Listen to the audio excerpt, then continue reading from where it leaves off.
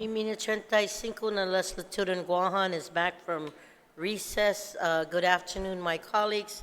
At this time, we will now entertain Bill 187-35 COR. Senator Therese Cherlahi on the motion, and if we can, for the record, just also state the bill number, its actions, and the title, please. Thank you very much, Madam Speaker. Yes, I'd be happy to do that. So I'm rising to make a motion for Bill number 187 as amended by the Committee on Health, Tourism, Historic Preservation, Land and Justice. It is an act to add a new section to Chapter 10 of Title 25, Guam Administrative Rules and Regulations, relative to adopting the rules and regulations entitled Guam Board of Allied Health Examiners Adoption of Final Rules regarding codes of professional conduct or ethics attached to this bill. As exhibit, Yes, as Exhibit A? as Exhibit A to this bill. And correct. it's 187-35 COR, right? Yes, that's correct, Madam Speaker. Thank you. On the, So I'd like to move that this bill be placed in third reading, and I'd like to discuss the bill. please proceed, Senator. So, as stated in the title, this bill would adopt these rules and regulations that the Guam Board of Allied Health Examiners has sent to us. It will, for the first time, adopt for all 16 of the professions licensed under this Guam Board of Allied Health Examiners. It will adopt for them a code of ethics or a code of standards, professional standards. And what they've done is make reference to already adopted national standards, and they're pretty much aligning all of our local boards with these national boards, professional standards. And the benefit of that is, of course, that wherever you were trained and wherever you've been taught, you've got the benefit of all that knowledge, and that way you'll be able to practice without much. You wouldn't have to learn much new. The other benefit is that by adopting or aligning with the national standards, it's going to allow these boards, when national standards change, to automatically change for Guam. So as you know, this was requested by the Guam Board of Allied Health Examiners, and they have been working very diligently to update all their rules and regulations and to make sure that they can, in addition to license, enforce the regulations that they put in place for all of our allied health professions. It was adopted by the AAA, which means that the Board of Allied Health Examiners had to have its own public hearing. They had to make these proposed rules available. And after they were adopted by the board and after the public hearing, they were transmitted to the governor. And after the governor's approval, they're transmitted to the Attorney General, who also has to approve these. After that, it's transferred to the legislature. Sorry. The proposed rules were submitted to the legislature on July 9 to the Office of the Speaker and published on the Messages and Communications. And on July 25th, they were referred to the Committee on Health. On July 30th, 3 working days later, I introduced this bill to adopt the rules. The reason I introduced the bill is because if we don't introduce a bill and the rules will be adopted, we're not able to change them or make any amendments to them. So I introduced a bill 3 days after it was referred to my committee to adopt the rules. The bill was, I'm sorry, yes. The bill then was referred to my committee 30 days later on August 29, and I scheduled it for a hearing on September 16. So we are required by the law, the administrative adjudication law, to also have a hearing on proposed rules and regulations here at the legislature before they can be adopted either by default or by bill. So this hearing, of course, was set on September 19, which was about 12 working days after the budget session. And during that period, the Board of Allied Health had submitted an amendment that they wanted to be added into the rules and regs. And so we were able to change the Exhibit A to include the changes that the Guam Board of Allied Health preferred. And if you can see this on the copies that you have in front of you, the changes from the original version are in subsection 3 of the rules itself under audiology, and it pretty much just ensures that it's going to point to the 2016 American Speech Language Hearing Association standards. And under clinical psychology, they also made reference, so they make references to 2 standards there, codes of conduct. So the hearing was held on the 19th, and the committee report was turned in to the Committee on Rules on September 24th, which is 3 working days after the public hearing. A few errors on the format of the committee report were brought to my office attention on September 26th and corrected immediately, turned back into CRR that same day. And of course, we had a session in September, beginning September 30th, and we attempted to put this bill on that session so that it wouldn't be adopted by default, but it would instead be adopted with the changes intact. But that was not uploaded to the legislature's website until 5:37 after we adjourned at 4:50 p.m. from the last session. So I just wanted to point out to you the reason why we are still going through with this, even though it may arguably have been already adopted by default. It's because these changes would not have been incorporated in any default approval. So I just wanted to ask all of you to support the Guam Board of Allied Health Examiners in their quest to ensure we have standards for code of ethics and their professional practices here on Guam by adopting this bill. Sijuos Masi.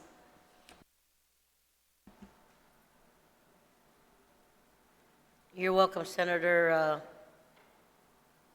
Terlahi. Anyone on the main motion? Anyone on the main motion?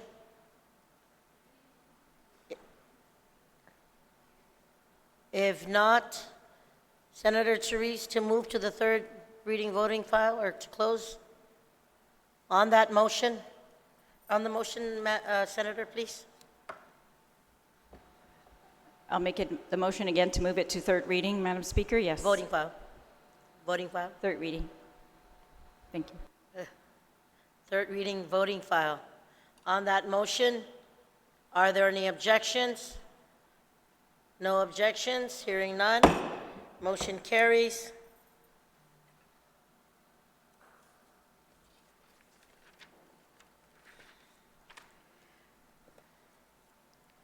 Bill number 5-35 LS. Senator Tello, you are recognized.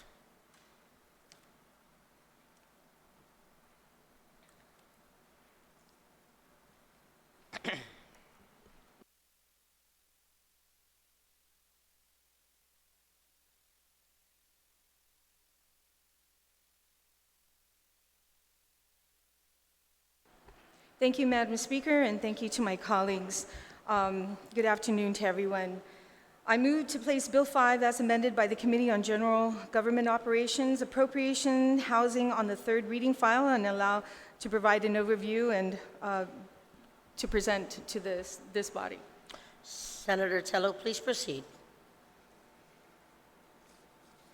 Again, thank you, Speaker, for the opportunity to present Bill 5-35 as amended by the Committee on General Operation, Appropriation, and Housing. And I'd like to thank also the good senator from GIGO, the oversight chair of this bill, and thank legal as well for offering edits that were made to the bill. Speaker, Bill 5 prioritizes the development of a new public hospital facility through a planning task force. As it was pointed out by Gita during the public hearing on Bill 5, there had been a number of efforts by agencies aimed to improving safety conditions at Guam Memorial Hospital, including more recent initiatives such as a report in 2016 published by former Health Committee Chair Senator Dennis Rodriguez and his GMH task force, which included a request for information to determine the public interest and to the management and operation of Guam Memorial Hospital. There was also the Guam Memorial Hospital Business Sustainability Plan, worked on from 2015 to 2017 by a task force put together by the previous governor. In July of this year, Governor Lulian Guerrero announced through the local media that the Department of Interior would fund an assessment to the Guam Memorial Facility by the U.S. Army Corps of Engineers to determine whether the hospital should be rebuilt or if improvements should be made to the existing facility. We learned during the recent Guam Memorial Oversight hearing that the assessment is scheduled to take place next month, and this is good news. I believe the alignment of Bill 5 and the efforts made by Magahaga and her administration to prioritize the safety of our only public hospital couldn't have occurred at a more appropriate time. Although Guam Memorial Hospital leadership with GITA, and GITA, and one of our colleagues during the recent Committee on Rules meeting have all asked to hold off on the action of Bill 5 until we hear back from the U.S. Army Corps of Engineers.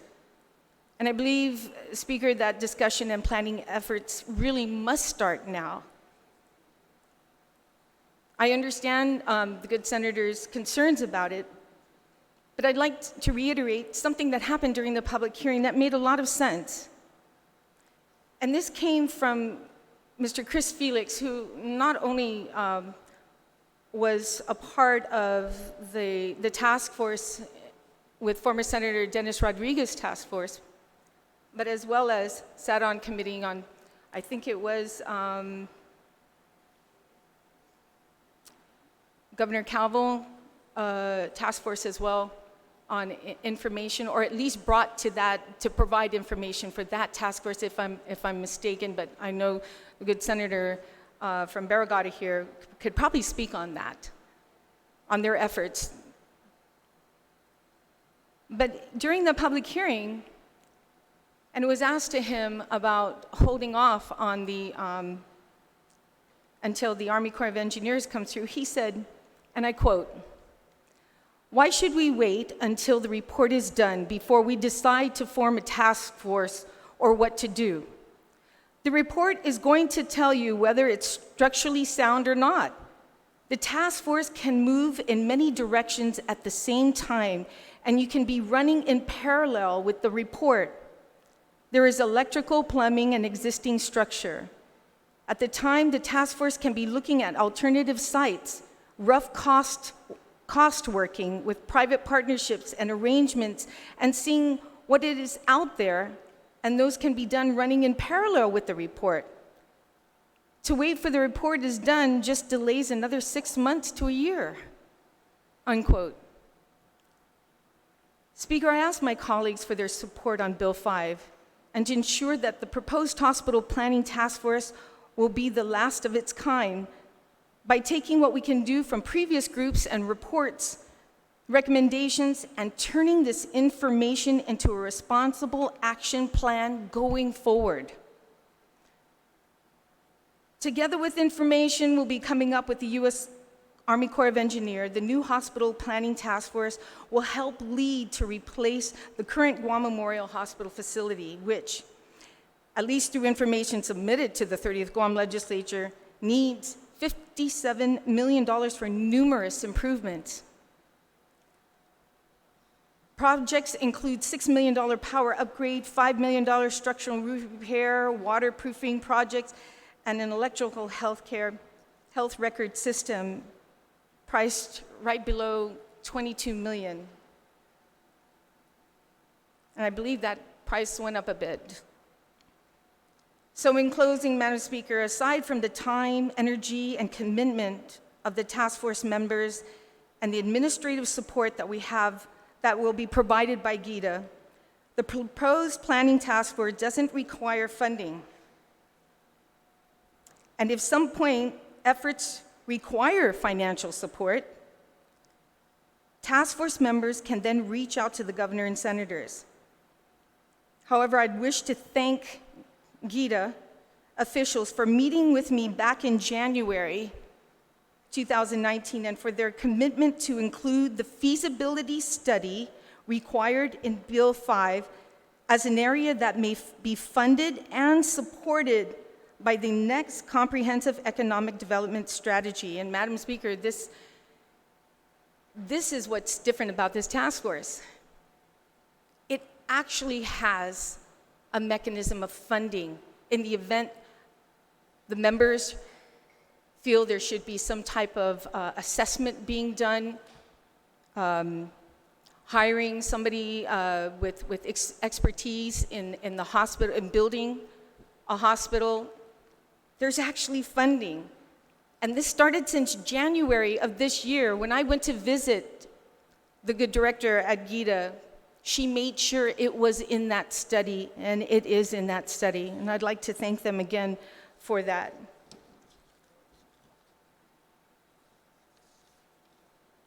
So,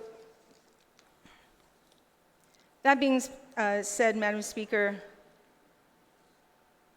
I believe the proposed hospital planning task force will also be another positive initiative that requires minimal administrative support, but which will serve a critical role as we finally adopt a clear and thorough vetted plan to improve safety and the quality of health care at our only public hospital. And I'd like to leave you with this. Many times we have been criticized as senators for being reactive. Something goes wrong, and then all of a sudden we come up and put a bill. Now we have an opportunity to be proactive. Thank you, Madam Speaker. You're very welcome. Anybody on the main motion? Senator Joe San Augustine, and then Senator Kelly. Madam Speaker, if the author would... Senator, I beg your indulgence, one moment. Senator Tello. Senator San Augustine, I will recognize you. Thank you. Thank you. Thank you, Madam Speaker. If the author would yield, I just want to re-emphasize the statement that at this point, there's no funding requirement. Senator Tello, would you like to answer? Absolutely. At this point, no, there's no funding required. However, we have a mechanism and an avenue to reach out for funding to sustain this task force if needed. But in the meantime, it's to gather all the information that past task force, like the good Senator Rodriguez has done, as well as the governor task force with information to put together. But because of this, we do have some funding that will be available through the SIDS. Okay.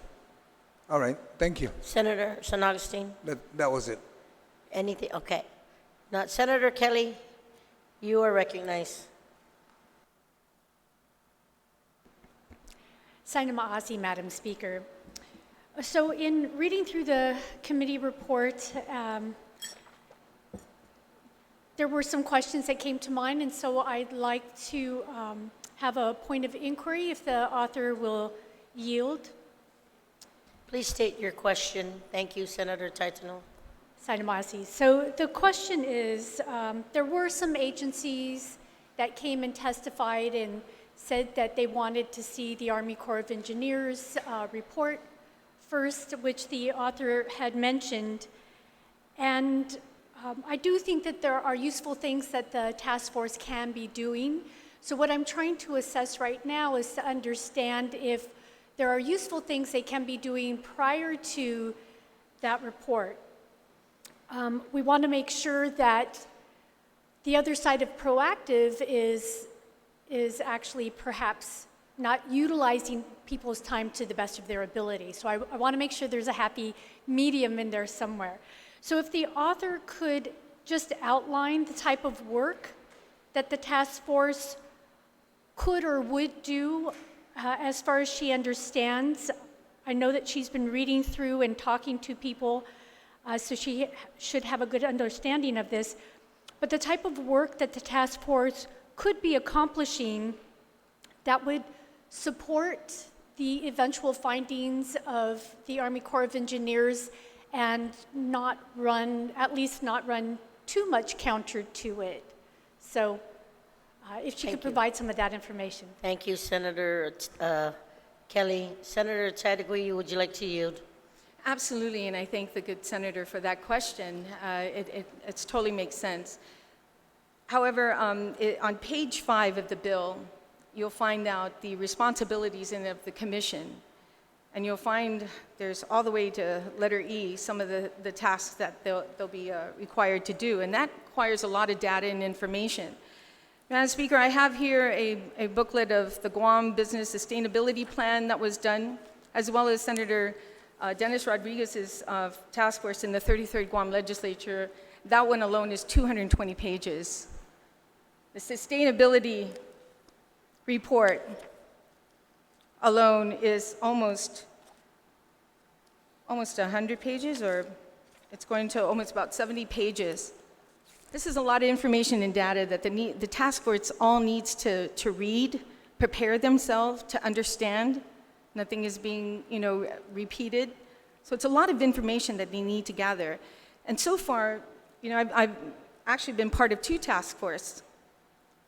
And there's a lot of information and studying that they need to do before that. So in the meantime, while they ready themselves for this Army Corps of Engineer report coming in, they'll be very well ready for this report after all the information they read from here to understand that report. I mean, if you think about it, if you get a report from the Army Corps of Engineers, you're going to probably want to know what some of that information is all about, and that gives them enough time to prepare for it. Senator, if I may, just so I can hear it clearly one more time, you opened the notebook. Can you tell me what report you were referencing to, please? Sure. The first report is the Guam Memorial Business Sustainability Plan, and the second report is the 2016 Guam Memorial Task Force report by Senator Dennis Rodriguez in the 33rd Guam Legislature. Thank you, Senator. Over Tadegui. 300 pages of this. Thank you. Appreciate it. And then also, just, point of information again to the good senator for the question. If you look on page 5, you'll find out some of the other responsibilities they have. And I'd like to point out, too, that on letter A, it reads, coordinate and oversee any and all efforts by the government of Guam concerning the development of a new public hospital facility, including rehabilitation and/or replacement plans involving the current Guam Memorial Hospital facilities, amongst many. Senator Kelly Marsh Tachino, does that suffice? You still have the floor.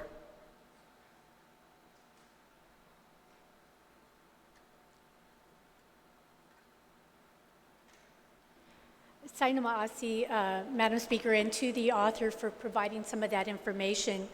So in rereading through some of it, I just noticing that a lot of it is talking about a new facility, and indeed, as the author mentioned, there is mention of perhaps rehabilitating the others. So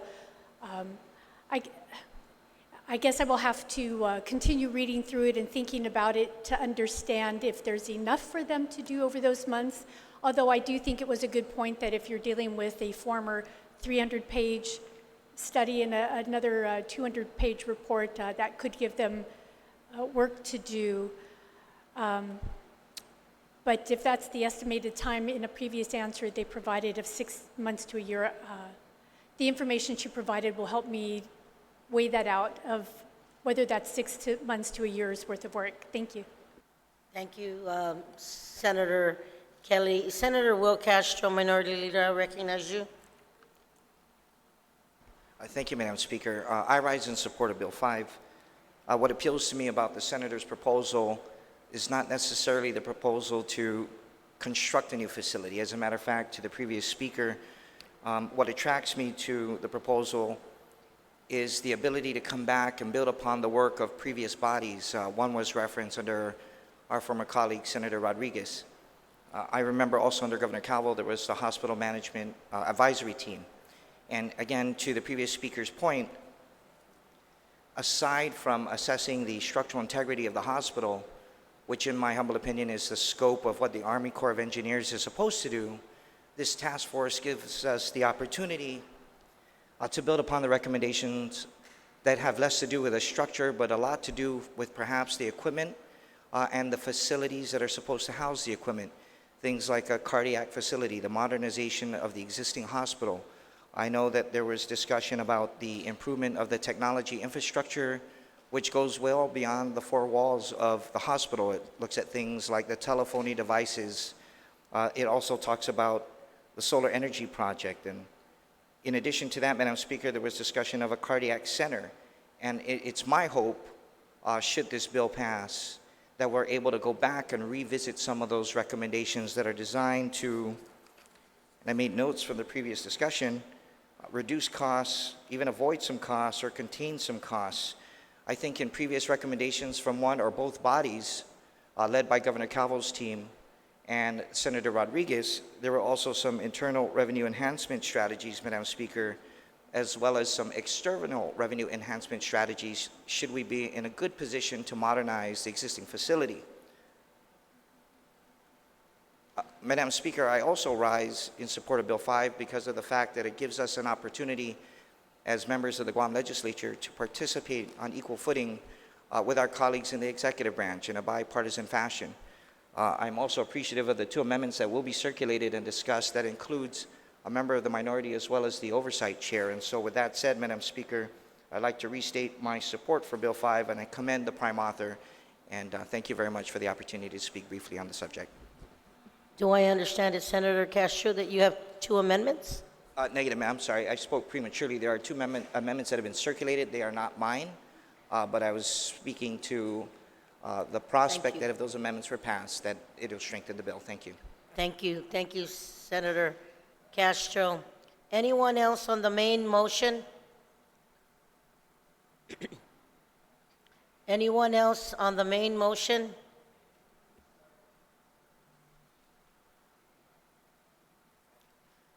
We're going to take a moment's recess.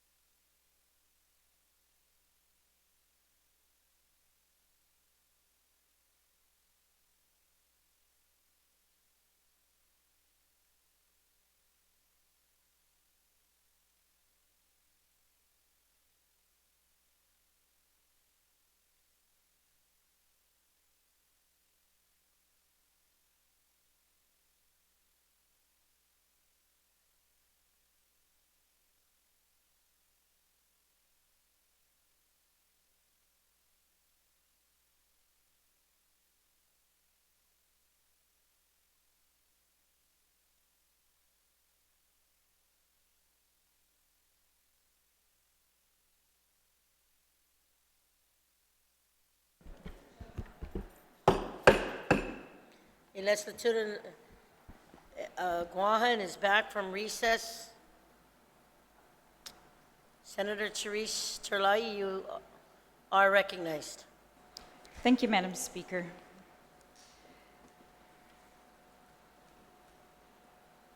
It is a very complex history, the Guam Memorial Hospital, and the attempts by previous governors and legislatures, I think in good faith, to do what they could to either upgrade it, modernize it, improve it, or to examine building another one. But I too am concerned about, reinventing the wheel. I would like to build on what findings they do have, and of course, take those into consideration together with the new assessment that we will be having and the new economic development strategy that also may be developed. But I just wanted to point out for the record that, as Gita pointed out at the public hearing, there were most recently, in addition to many other attempts in previous years, but most recently there was two very different reviews going on. So one was in 2015, the Guam Memorial Task Force, chaired by the Committee on Health of the 33rd Guam Legislature, which was Senator Dennis Rodriguez.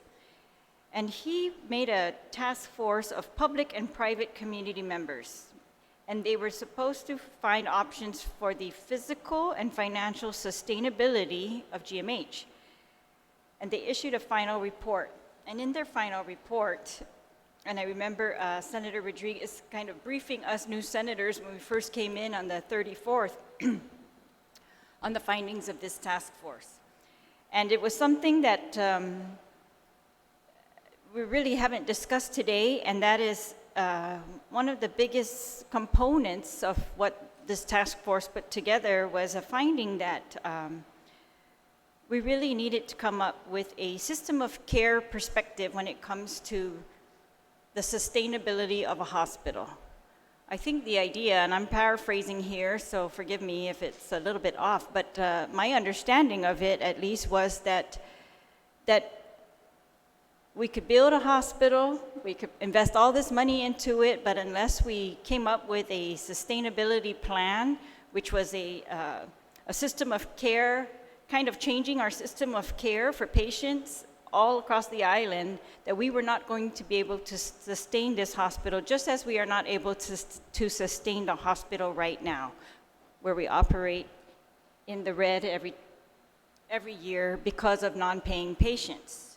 And so, I know that he tried to talk about this, changing it. It's related to universal health care, that kind of idea, right? That if we take care of the health care of everyone on the island, they would then, of course, whichever mechanism we came up to do that, they would in turn be able to sustain the hospital, whether it be private or publicly owned. And so, of course, at the time, they were also examining, excuse me, can I just get copies of it?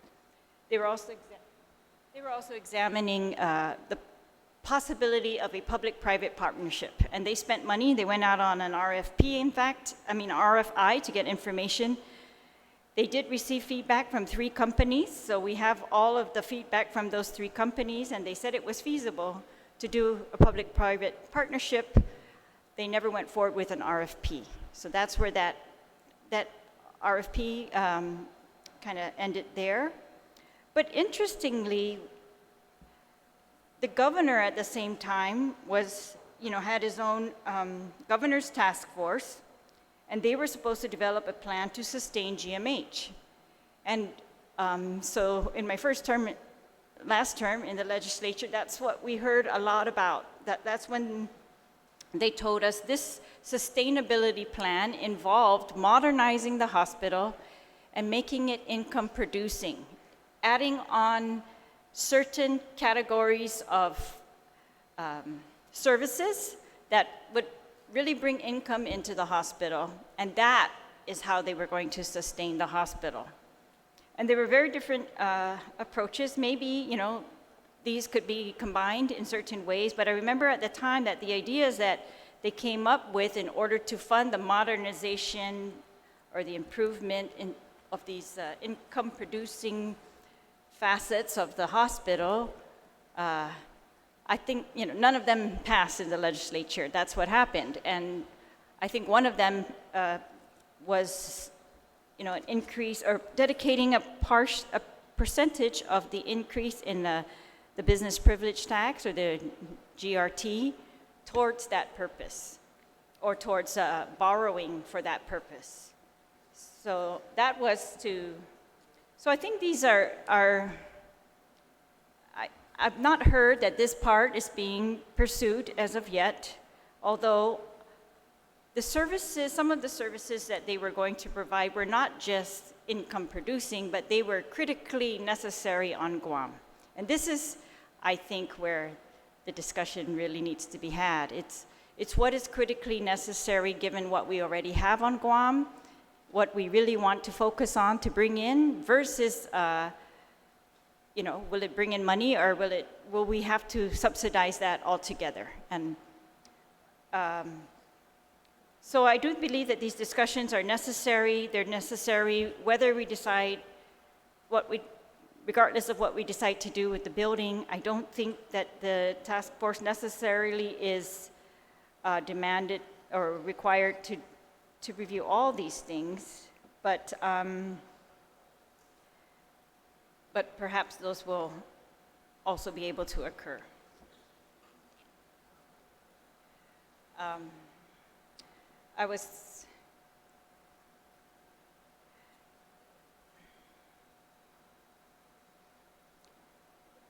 As to the bill, Madam Speaker, I heard the earlier concerns of a colleague of ours, and I share his concerns that we really don't want to.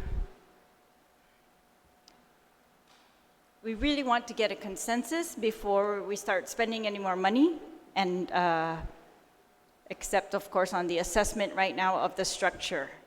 And I think that type of decision-making belongs here with the legislature. But I do believe that these agencies, Guam Memorial Hospital and GIDA, are definitely essential to this process. So I was going to suggest that on page 5, beginning with subsection F, so to include subsections F, G, and E on page 5, beginning on line 21 through line 27, I was going to suggest that these be deleted for now as tasks of this, or powers and responsibilities of this commission or this task force. Because it talks about doing an RFP or an RFI to complete the plan.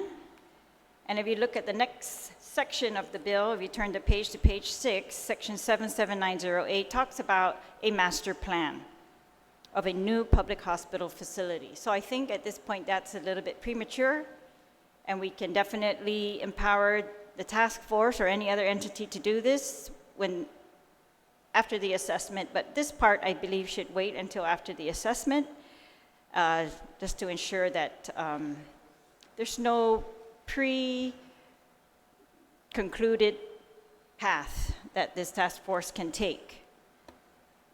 And I think I agree with the goal of previous legislatures that the task should be a sustainable hospital. So my motion, Madam Speaker, is to delete sections F through E first. I'll do that one first. Are you done, Senator July? That's the first amendment. Okay. It's been passed out. On the motion, Senator Taitigui, you are recognized. Madam Speaker, I have no objections to this amendment. I think it makes perfect sense on doing it. There's a lot of other things that they need to research and start doing. It is a handful already, what's required of them, so I have no objection to this. Thank you. Anyone else on the amendment? The Senator Chadegui amendment, Senator Terlahi amendment to delete F, G, and E. Are there any objections?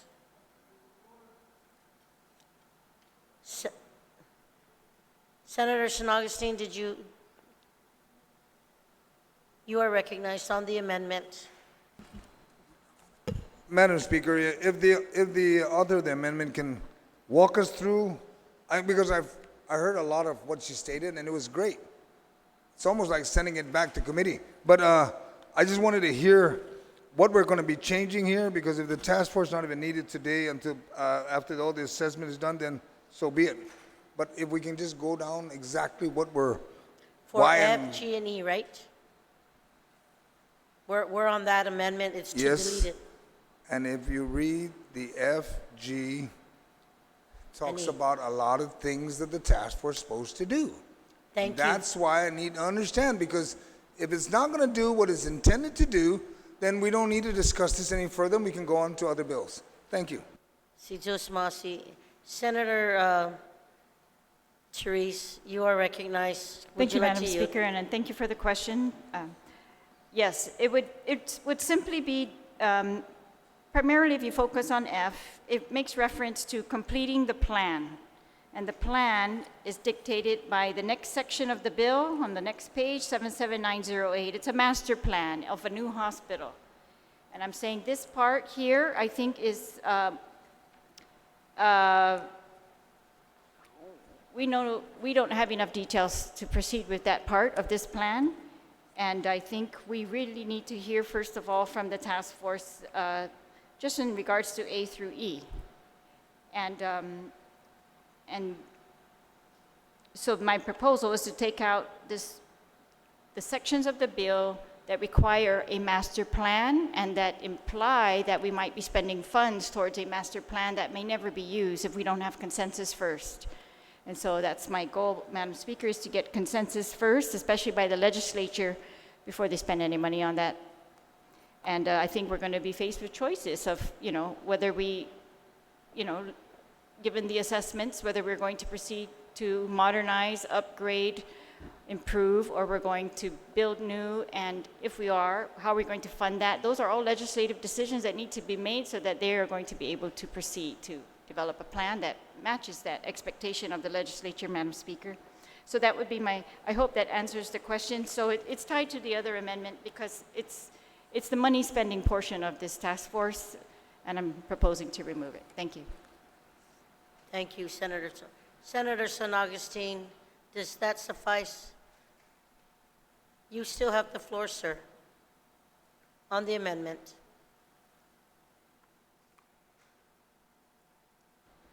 Madam Speaker, it'll work for now, but all the amendments I'm seeing is basically taking this bill into pieces that's telling the task force, hold on, wait for something else better to come. And if that's the case, there's a lot of things that could have happened, should have happened, but it's not going to happen. Thank you. Thank you, Senator San Augustine. Anyone else on the Senator Therese Terlahi amendment? Anyone else? Vice Speaker Nelson, you are recognized on the amendment. Thank you, Madam Speaker. Madam Speaker, I share the same sentiments as the previous speaker from GIGO. In the committee report, we have a written testimony by Guam Economic Development Authority. And it reads, Hafaday Honorable Senator San Augustine and members of the Committee on General Government Operations, Appropriations, and Housing. Thank you for inviting the Guam Economic Development Authority to provide testimony with respect to Bill 5-35. Although GIDA supports the intent of the bill, we respectfully request that action be delayed for now. And so they list basically a lot of the things that have been done since 2012, the Guam Memorial Hospital Authority Expansion Feasibility Study, a Guam Memorial Task Force, a a request for information, a GMHA business sustainability plan,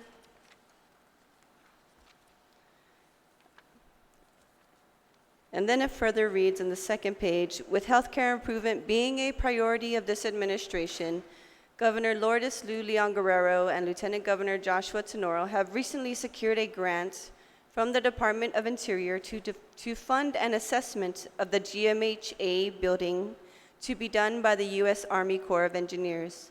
This assessment will help lawmakers in deciding if the existing GMHA building is structurally sound or if we should purchase the construction of a replacement facility. Concurrently, in response to a meeting with the sponsor of this bill, Senator Tello Taidagui, GITA was sure to include a funding request of $150,000 for a new public hospital feasibility study in the June 2019 submission of the Guam Comprehensive Economic Development Strategy of 2020 to 2025, also known as the Guam CEDs.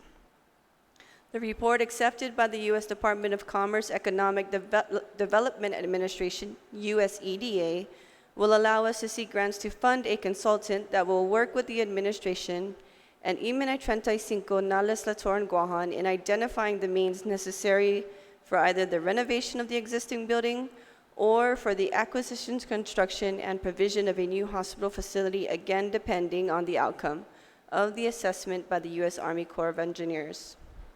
At this point, we would request that the legislature allow some time to move forward on the current path, as now we can say there is a dedicated funding towards the objectives of improving our only public hospital without financially impacting the limited financial resources of the government of Guam. A real financial commitment is needed to update existing studies and to take these studies from the shelf to actual implementation. So this is GITA's request. They're stating all the different task force, the plans that were initiated, and they're asking for us just to hold off because they already have secured funding to attain this assessment.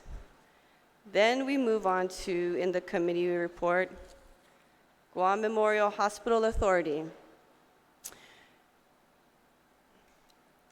Buenas, Senators. Thank you for this opportunity to listen to our testimony as provided in both written and verbal format.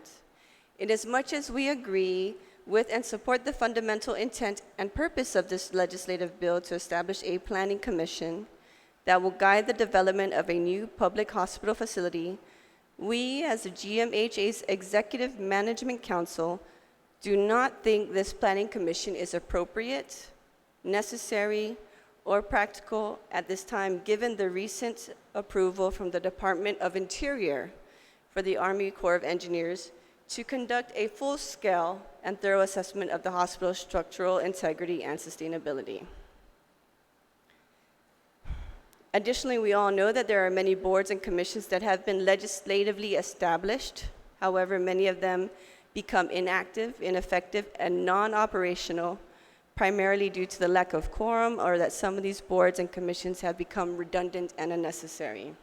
Our recommendation is to hold off on this legislation until such time we have a clear determination and direction from the assessment findings of the Army Corps of Engineers. So several days ago, we made a motion to try to add this bill on session agenda. One of our good senators tried to explain the complexities that are going on here. And it's really the reality of it. It's not a matter of you're against the hospital, you're against this bill. The reality of it is that the people that are in the trenches are asking us to hold off because they already have something that has been committed and is working in place. So, Madam Speaker, with that being said, I'd like to make a motion to move this bill back to committee. Thank you. Si Jus Masi, Madam Vice Speaker, there is a motion, but I'm going to have to dispose of Senator Terlahi's motion first on the amendment as it relates to the deletion of F, G, and E. And I know you surrounded that based on what was presented. So on the amendment first from Senator Terlahi, is there any objection, or would you like to close, Senator Therese? To close, Madam Speaker. I think it's very significant that the testimony that we have received, and part of that was that Gita said they included in their SEDS for 2020 to 2025 some requests for funding for feasibility study for the hospital, and that was as a result of a meeting with the sponsor of the bill. So I think that's great news that when we sit down and we talk to each other, the government of Guam, that we can actually get some progress, that we can actually move to this hospital forward, and that we're not going to end up where we ended up for 2 years last year in a battle between executive and legislative branches. And we need consensus. And I think that creating a task force that is harmless, that is not able to commit us to millions of dollars yet until we get that consensus is actually not a bad idea. I mean, it's not my ideal makeup of a task force, but I'll go with it. Because I just think whatever we can do to get people in both branches at the table and put the facts on the table so that nothing's being hidden, so that nothing's being, that's what we need to do. And so that's the only reason why I am motioning to delete the plan part, because that is, I think, what the concern is that we can't come up with a physical plan until we've got that consensus. And so that is why I'm asking to remove F, G, and E, and then it makes the bill, it requires the meetings to occur, it requires GMH and GITA to talk to each other, it requires your appointees, Madam Speaker, to talk with them, and hopefully it keeps the legislature part of the plan, the progress that is going to be made. And because that, I have seen that to be one of the issues. We need to bring the entire community along, but I think one of the more important parts is bringing the legislature along with the executive branch's plan. And otherwise, we are going to end up with another, we're going to be out of this legislature again before we're able to really get an improved hospital. Thank you, Madam Speaker. Thank you. Is there any objection to this deletion? No objection. Motion carries. There is a motion to bring this bill back to committee. Are there any objections? This is not debatable. Do you have an objection, ma'am? Yes, I object. Thank you. There is an objection. All those who wish to bring this bill back to committee, please signify by raising your hand.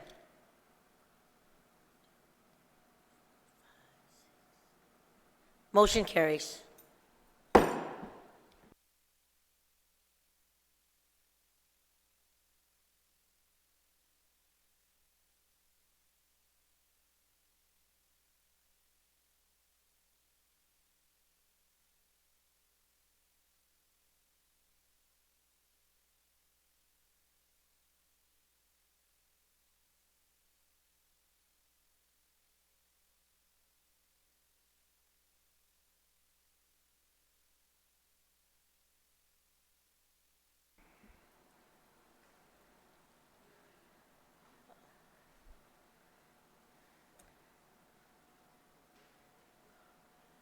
Ladies and gentlemen, because of that, we are now on bill number 80-35 COR.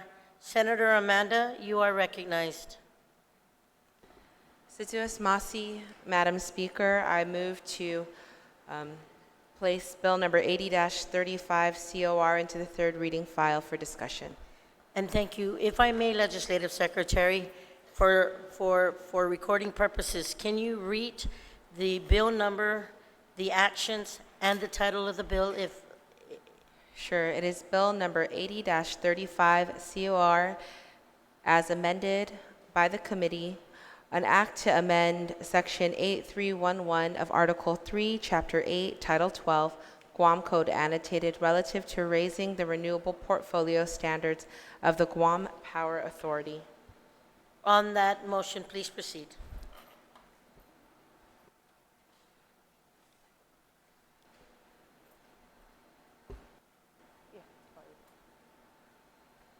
Madam Speaker, if you could please clarify, the bill we have in front of us doesn't read that title.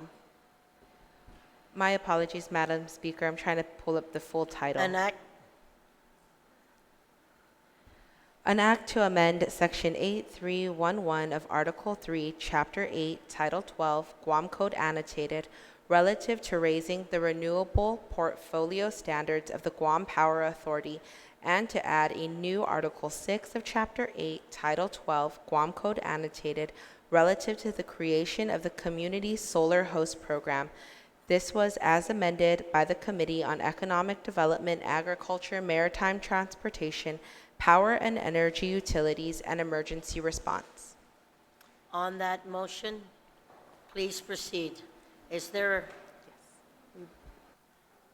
Senator Shelton, Legislative Secretary, please proceed. Situus Masi, Madam Speaker.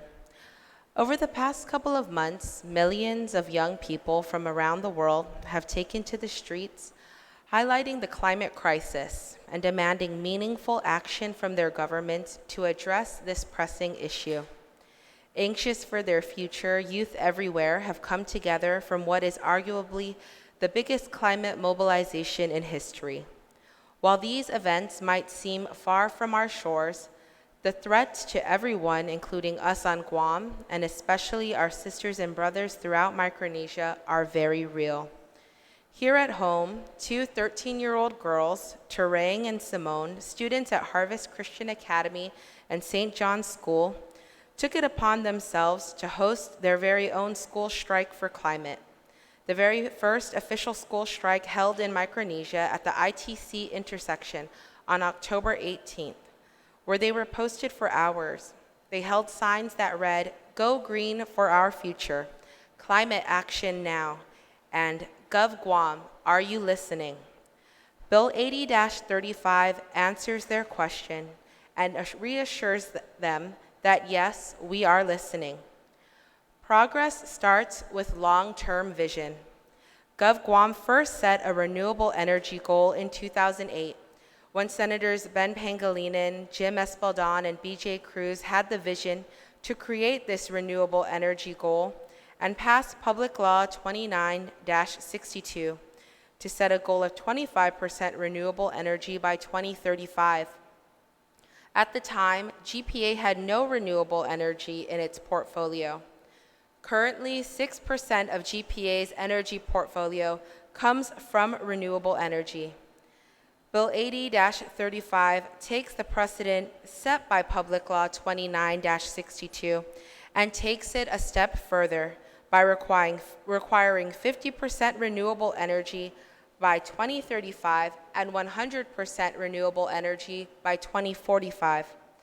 With the renewable energy technology advancing and costs going down, the Hawaii Legislature in 2015 passed a law requiring 100% renewable electricity to come from these sources by 2045. Maine and Puerto Rico recently passed 100% renewable energy targets for 2050, and California passed a bill in the last 12 months to require 100% carbon-free electricity by 2045. In the Marshall Islands, their long-term strategy provides the framework to reach net zero emissions by 2050.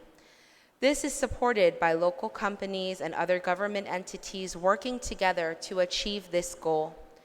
Closer to home, our friends in Palau, often seen as the leaders in our region in terms of sustainability, are again taking the lead by aiming to generate 45% of its energy from renewable sources in just 6 years by the year 2025. They are leveraging technology to increase efficiency and to speed their transition to more sustainable sources of energy. Their success should offer a blueprint for us to do the same. Guam is highly dependent on imported fossil fuels. This leaves us vulnerable to global oil fluctuations that can directly impact the cost of electricity, which may negate the cost savings that is said to come from proposed power plant in Dedido that will cost taxpayers nearly $6 billion in the next few decades. According to GPA, it spends $195.1 million in fuel alone every year. That is money that is being exported out of our economy. We value our culture so much and often say, support local or buy local. We have an affinity for locally sourced goods, and that can include our energy. This bill before us will allow us to do just that, buy local. Renewable energy is local. This year, our reefs, which provide many of our people with food and bring in over 1 million tourists every year to our white sand beaches, narrowly escaped the chloral bleaching epidemic that was expected. More than a third of our Guam's coral reefs died in 4 years due to warmer ocean temperatures, which is directly correlated to the burning of fossil fuels. The path to 100% renewable energy is achievable. To get there, we need the support from all areas of our community to decide what options and programs are best for Guam. We are thankful to the Guam Power Authority and the experts of the renewable energy industry on our island, our youth who have called for meaningful change and action on the climate crisis, and all others who have voiced their concerns for their input and commitment to work toward a more sustainable future. We can set the bar high because we must. Our future is counting on it. The bill represents nothing less than an inflection point in the history of our island. Will we continue to be dependent on foreign fossil fuels, or do we get our energy locally from renewable sources, keeping our dollars here in our economy and doing what is good for our Tanu, our Tasi, and our Famagu'an? We set the goal of 100% so GPA can begin in earnest to reach that goal. When you want visionary change in a community, when we want progress, we must first set the goal. 100% renewable energy for Guam by 2045 is not just a dream or an aspiration, but something that is absolutely imperative. Siduos Masi, Madam Speaker. You're welcome, Legislative Secretary. On the main motion, Senator Clint Ridgell, I will recognize you.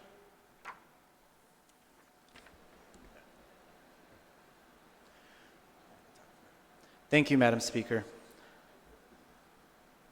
As the co-sponsor of this bill and also as the chair of the committee that the bill was referred to, we held a public hearing on the bill and made amendments to the bill based on the public hearing. I'd like to discuss some of those amendments and just explain the reasoning behind those amendments.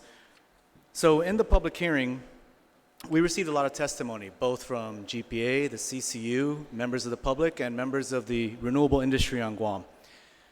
So the committee made amendments based on all the testimony received in the public hearing, which I believe is a normal part of the process. That's the part of the legislative process, is amending bills as they go through the legislative process. So the first amendment that was made was to increase the amount to 100% by 2045. Now, this was because GPA had stated that they could easily meet the 50% requirement by 2035. In fact, they also alluded to the fact that they may meet it sooner than 2035. Testimony from members of the public as well as members of the renewable industry said that we should instead aim higher, aim for 100% renewables, as they are doing in many other jurisdictions across the nation and around the world. This would not only reduce our carbon footprint and help combat climate change, but also reduce our dependence on fossil fuels, which make up the lion's share of our power bills. Now, another amendment that was added was an amendment to include a distributed generation model via what's known as a solar host program or rooftop solar. Again, this was born out of testimonies received and discussions during the public hearing. The program was included in the amended version of the bill in order to help achieve 100% renewables. The committee viewed this as a way to more easily achieve 100% renewables. So what is distributed generation? Well, let me explain. It's a model of power generation wherein the generation of power, just as the name would suggest, is done by distributing the generation of power across an electric grid, as opposed to more conventional means where power is all centralized in large power plants in certain areas of the grid. Now, what that does is a number of things. When you put all of your power into large power plants, it it's like putting all of your eggs into one basket. If the basket breaks, you lose all of your eggs. Now, if you spread that risk across the electric grid, you're adding stability to the grid. And that's what distributed generation does. So now with distributed generation, one way of achieving that is through what's known as the Community Solar Host Program. And so what is a solar host program? I think there was a lot of confusion. A solar host program is not the same thing as the net energy metering program. It's a different program. It's basically a program where the utility purchases power through an agreement with an independent power producer, much like the same way they are proposing with the proposed power plant. The difference is that the power is produced on the rooftops of private homeowners. So the utility then gets clean energy from a private independent power producer. The owners of the rooftops can then lease their rooftops to the utility by means of credits or some sort of power savings, and ultimately the entire grid gets clean distributed energy. Solar host program is a way of keeping sort of the utility in the loop in this whole equation. With advancements in technology, it might not be very long before people are able to leave the grid completely. And I think the grid is stronger if people stay connected on the grid. It's the same concept of how the internet works and many other concepts work. It's the idea of connectivity. So with that, I do know there were a lot of concerns about this section of the bill, particularly the solar host section and the distributed generation section. So in discussions with my colleagues and others, I've agreed to eliminate that portion, even though I believe it is still germane and it would still be a good thing. But in the interest and in the spirit of compromise and in the spirit of cooperation, I've agreed to introduce an amendment that would strike those portions that people do have a concern with and instead deal with that later on in a standalone piece of legislation, which I fully plan on doing together with the Guam Power Authority and the CCU. I look forward to crafting a standalone piece of legislation with their input that would create a solar host program or some form of distributed generation model that we can all agree upon. So with that, I have passed out an amendment to the bill, which everyone should have received, and in it, under B, where it says 50% of its net electricity sales by December 31st of 2035, line 18, line 18, page 3, it says B, 50% of its net electricity sales by December 31st, 2035.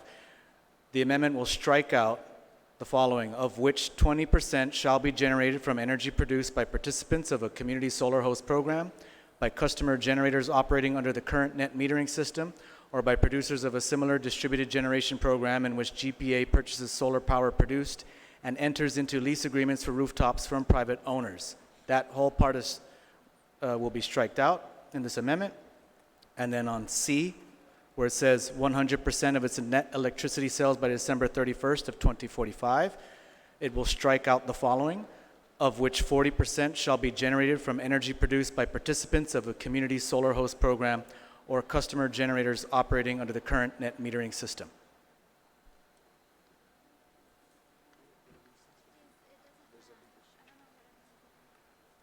Madam Speaker, may I have a moment's recess Yes. to ensure that the amendment's amendment right. is reading properly? Okay.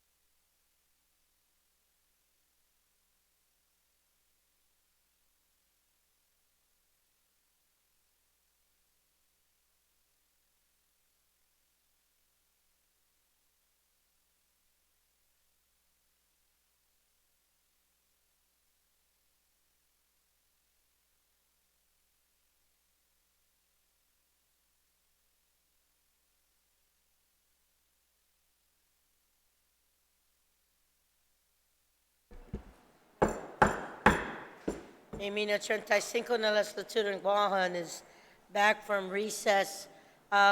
Senator Clint Rigel, on the amendment, is everything in order? Yes, so thank you, Madam Speaker. Actually, I'd like to move to withdraw the first amendment that I had passed out and instead offer Proper. an amendment that's been corrected. Thank you, Senator. On that motion, are there any objections? No, hearing none. Motion carries. Thank you, Madam Speaker. Now I'd like to proffer the corrected version of the amendment. It was just a mistake in some of the language, but it does the same thing. It would amend the bill to delete the parts after 50% of its net electricity sales by December 31st of 2035. Everyone should have received a copy of it. Let me find the exact page. Sorry, that is page 3.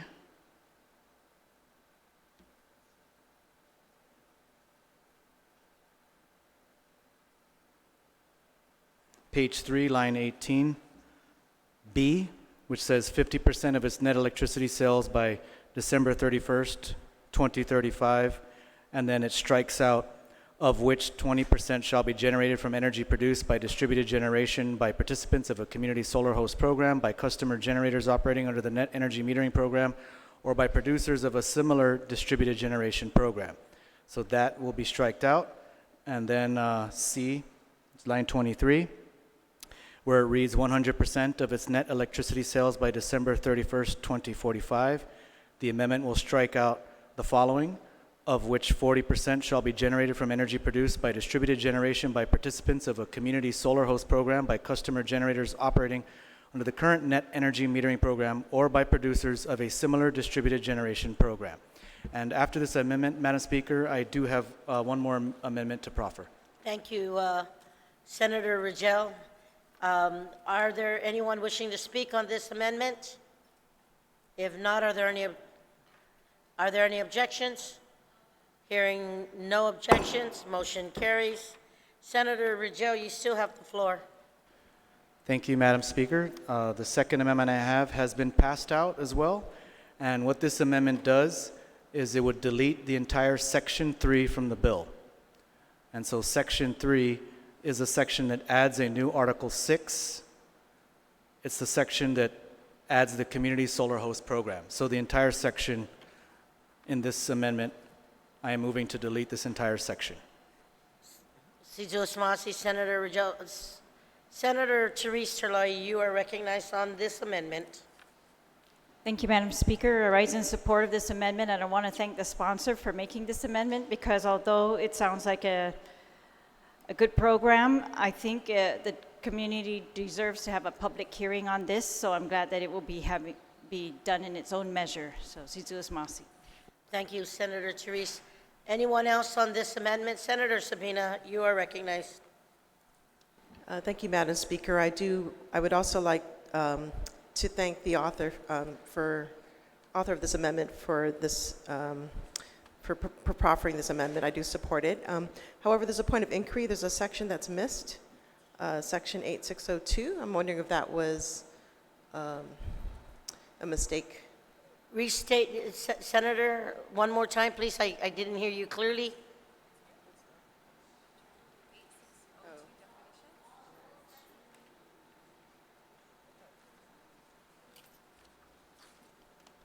My correction, 8603, in the amendment, it doesn't include the deletion of 8603. So it doesn't, it's just missing one part of the whole article. So that's a point of inquiry. Thank you, Senator Sabina. Senator Clint.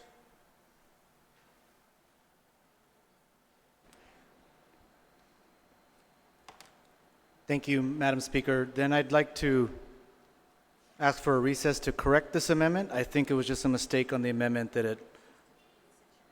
It's, Senator, unless I can... we can do just to delete Section 3 in its entirety. Yes. On that motion, is everybody to delete Section 3 in its entirety? Are there any objections? Motion carries. Senator Clinton, you still have the floor. Thank you, Madam Speaker. The only other motion I have is to allow legal to make any technical corrections to the bill as necessary. On that motion, are there any objections? Hearing no objections, motion carries. We are on the main motion. Senator Regine Biscoli, you are recognized.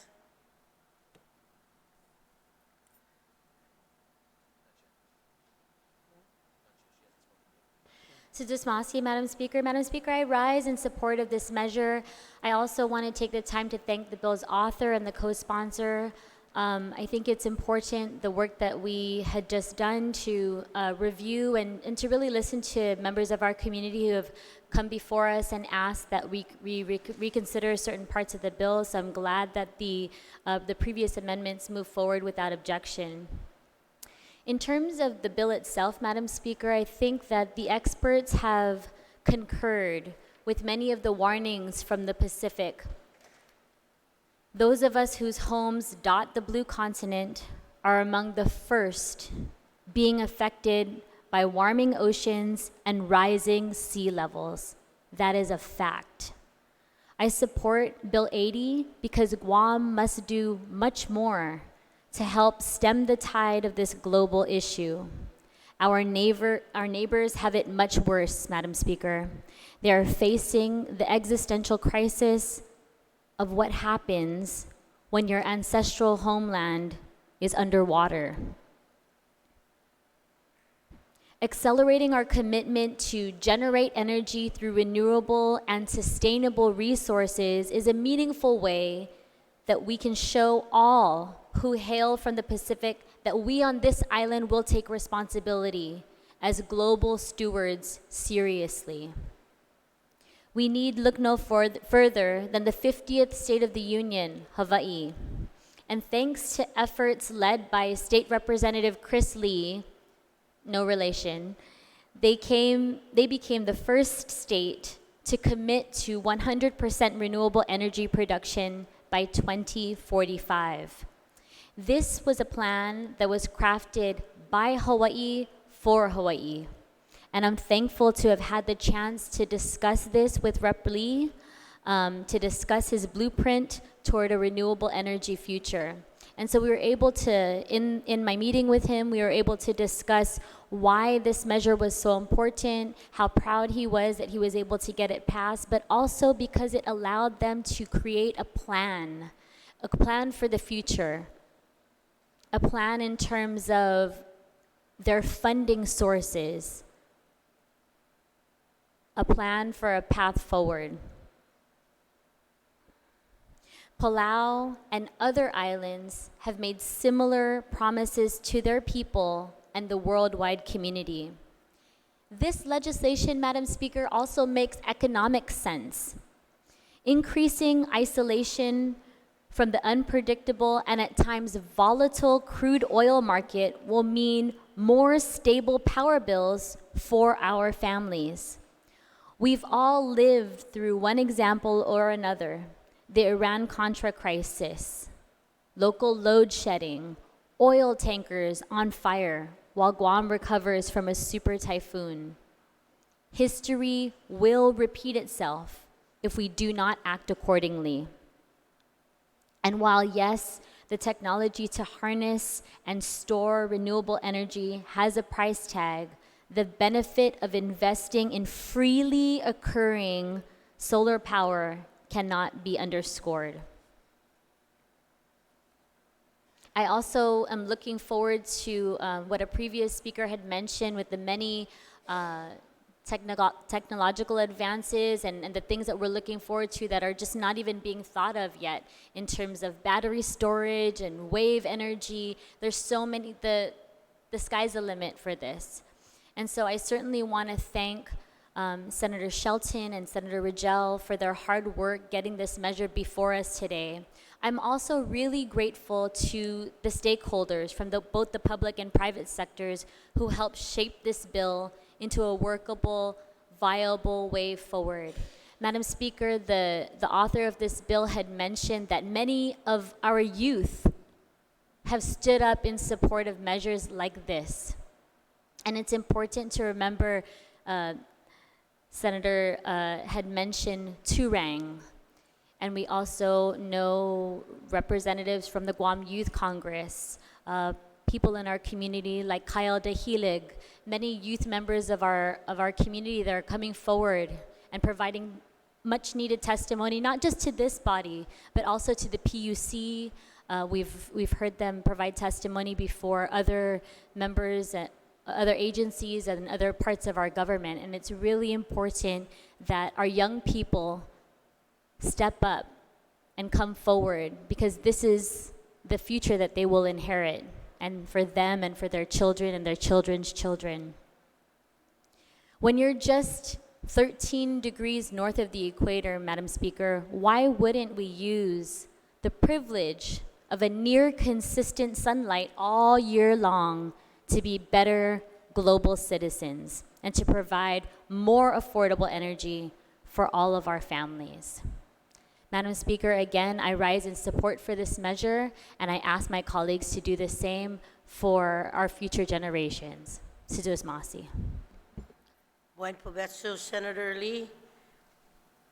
Thank you. On the main motion, I apologize, Madam Speaker. I actually have an amendment, and I'll work with the clerks to have this circulated, but it's pretty simple, so I'll just read it for my colleagues and then please if it's proceed. necessary. Thank you. This is to page 7, line 3, to add a new section to the bill to read, effective date. This act shall be effective upon enactment, and I'll have them circulate. On that motion, are there any objections? Hearing none, motion carries. On the main motion, thank you, Senator Lee. On the main motion, anyone else? Senator Sabina, I will recognize you.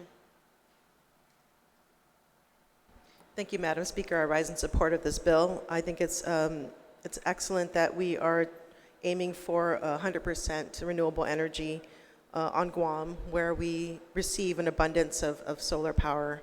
I do have an amendment to proffer. So I believe it's been passed out. It's on page 4, lines 3 to 4. It reads, the amount of renewable capacity may be subject to engineering and economic analysis by Guam Power Authority, provided such changes are subsequently approved by Public Utilities Commission. I think it may be already included in the bill in some part of the law, but I just wanted to emphasize the importance of weighing the factor of affordability. Yes, we can achieve 100% renewable energy, but we also have to make sure it's not going to burden our populace regarding the technologies that are out there. I also have another amendment that is being written up currently, and so when we talk about renewable energy, yes, there's so much technological changes that are taking place, and oftentimes I hear that nuclear energy is renewable energy, and I find that problematic, partly because of the waste stream that comes from that, and considering the toxic burden of having nuclear energy. So I would like to proffer amendment. It's being written currently to exclude that as one of the renewable energy sources. So I'm going to go ahead and entertain this amendment. Sure. First, please. Yes. On the Senator Sabina Perez amendment to include, provided such changes are subsequently approved by the Public Utilities Commission, are there any objections? No objections. Hearing none. Motion carries. Senator Sabina, do you have copies passed out on the second one? It's currently being written up, so maybe if I can request for a recess, a short recess, or if you would like recess. or if you would like to, if I can maybe defer that. Yeah, to another time. we're in recess. Okay, thank you.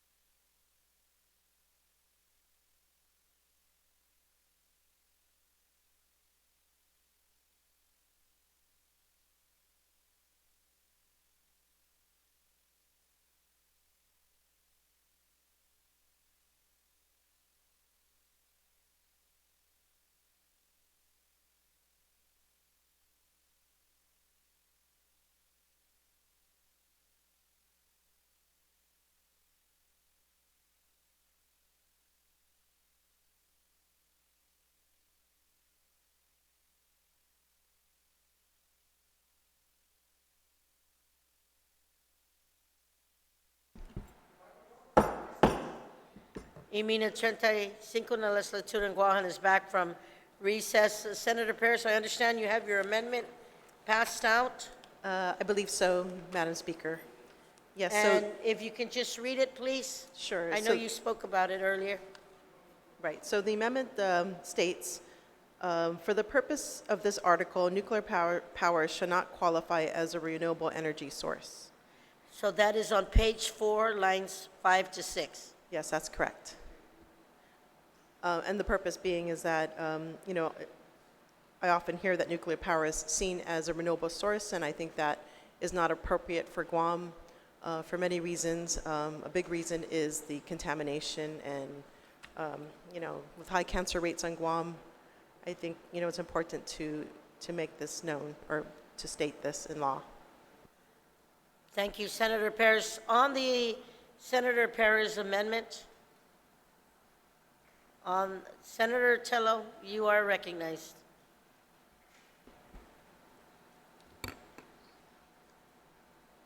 I'd like to ask the good author of this amendment here, where it says nuclear power shall not qualify as a renewable energy source. One of the countries that have nuclear power is Japan. And in the tech field and safety field, they're very well known for taking precautions. And so I have a question regarding nuclear power in these areas that currently have it. And is there anything that, not just today, but in the future, that might be a possibility for nuclear power to be generated as energy for Guam, that if it does have some kind of mechanism in place, safety mechanisms in place, and what does Japan currently do with regards to that? I'm sure this amendment came from doing research, and I'd like to know why so much emphasis on not making this an option. Thank you, Senator Tello. Senator Paris, would you like to yield to the question? Yes, I would, Madam Speaker. So, in the creation of nuclear power, there are some elements that are not renewable. So you know about the uranium rods, and that's found, specifically in certain countries. And then, that's just one aspect of it. The other aspect is, even in Japan, we had the Fukushima incident, right, which we're still seeing the impacts of. And, I just, with Guam being so fragile, we have a fragile ecosystem. Our people are already suffering from a lot of elements related to environmental toxins. I feel that, when we're looking at the year 2045, I think it's important, we may not be here at this time, but I feel that, at least we can provide some safeguards to our community in regards to, defining what types of renewable energy that we would like to allow in our community, given the facts of the health issues on Guam, given the facts of that uranium is not a renewable resource, it's a limited resource. And so I would like to see whatever renewable energy source that we use has the least amount of environmental impact to our island and to our people. Thank you, Senator Paris. Senator Tello. I appreciate the response. Like anything that we proffer here, it could always be amended and changed. And if it gets to a point where we can find that there are safety mechanisms in place, that it won't cause any harm to our environment. I mean, even natural gas is also considered, could be considered dangerous. You have these natural gas going through these pipelines, and Guam is susceptible to a lot of earthquakes. What happens there? So, I appreciate the response, and I hope that as we move forward on all these renewables, that we take in consideration all the aspects of what could harm our environment, and appreciate, again, the answer. Thank you. Thank you, Senator Tello. Anyone else wishing to speak on the amendment? Hearing none, are there any objections? No objections. Motion carries. Anyone else on the main motion? If not, Senator Therese?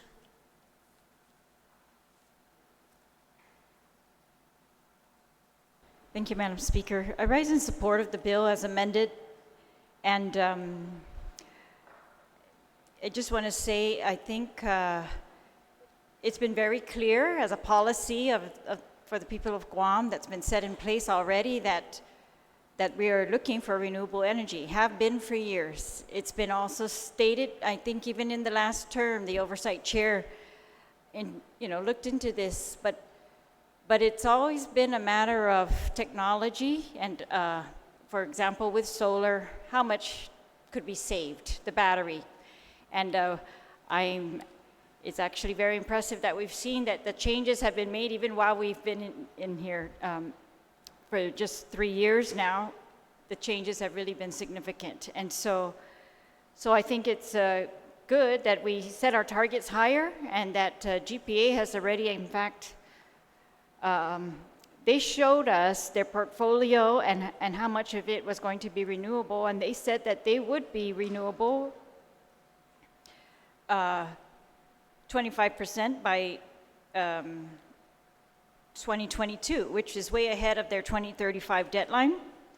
And then they were going to be doing a GPA integrated resource plan was going to be updated in 2020. And when I had asked them, can this 50% target date be shortened instead of 2035? Can it be shorter? And they said it's possible. They're going to know more when they do this update in 2020 and how much of that 50% can actually be done sooner. So I hope that they do pursue that, and sooner the better, especially if it's cost effective. So I think because technology is changing, these types of standards might also continue to change. But I did just want to also put in thank those ahead of us or before us who had the foresight to put this into policy. So the GPA actually has been looking at renewable energy for quite some time. And it was very interesting at the hearing because they've actually ruled out several types of renewable energy as not practical or feasible now on Guam, despite, what we might think. And so that was also very interesting. But again, I think the technology as it changes and new, that type of analysis where they say not possible is going to also change. So I'm just looking forward to all those changes. I think these are good for our environment, good for our future, taking care of our environment, and especially if we can get the affordability, it's a great combination. And it's not rocket science, Madam Speaker. It's been done across the nation. It's been done in other nations, very much so. And so I just think we just push for Guam what we can push in terms of evolving technology. We stay on top of that. It's really critical.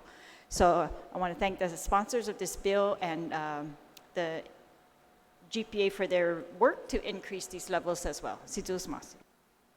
Thank you, Senator Chalai. Vice Speaker Nelson, you are recognized. Madam Speaker, I move that we have a recess and return at 6:30 this evening. On that motion, without any objection, we are in recess.